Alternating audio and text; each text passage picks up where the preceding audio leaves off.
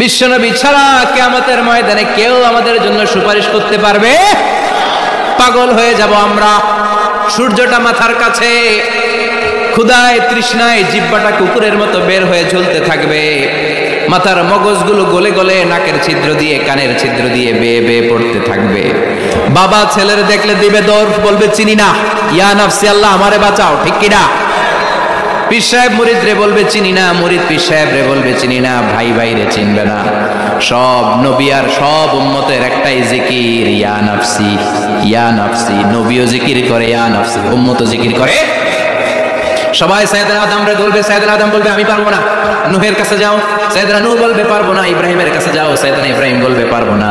মুসা আলাইহিস সালামের কাছে যাও, মুসা আলাইহিস সালাম বলবেন পারবো না। ঈসা আলাইহিস সালামের কাছে যাও, সাইয়েদনা ঈসা আলাইহিস সালাম বলে এত জায়গায় ঘুরে লাভ নাই, জায়গা মতো যাও মিয়া, জায়গা মতো যাও মাকামে মাহমুদে, বিশ্বনবীকে সেজদায় পড়ে থাকতে দেখবা। ওই নবী ছাড়া আজকের এই ভয়ঙ্কর আমাদের সবার বিপদের দিন।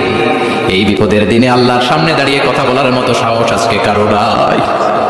বিশ্বনবী কাঁদতে থাকবেন, সেজদায় পড়ে কাঁদবেন। সবার জিকির ইয়া নাফসি ইয়া নাফসি, বিশ্বনবীর জিকির ইয়া উম্মতি। কাঁদতে কাঁদতে নবী আমার বেহুশ, সবাই বিশ্বনবীর চারদিকে দাঁড়িয়ে থাকবে গোল হয়ে। আমার নবী মাকামে মাহমুদে সেজদায় পড়ে থাকবে। বিশ্বনবীর কান্না দেখে আল্লাহর সহ্য হবে না।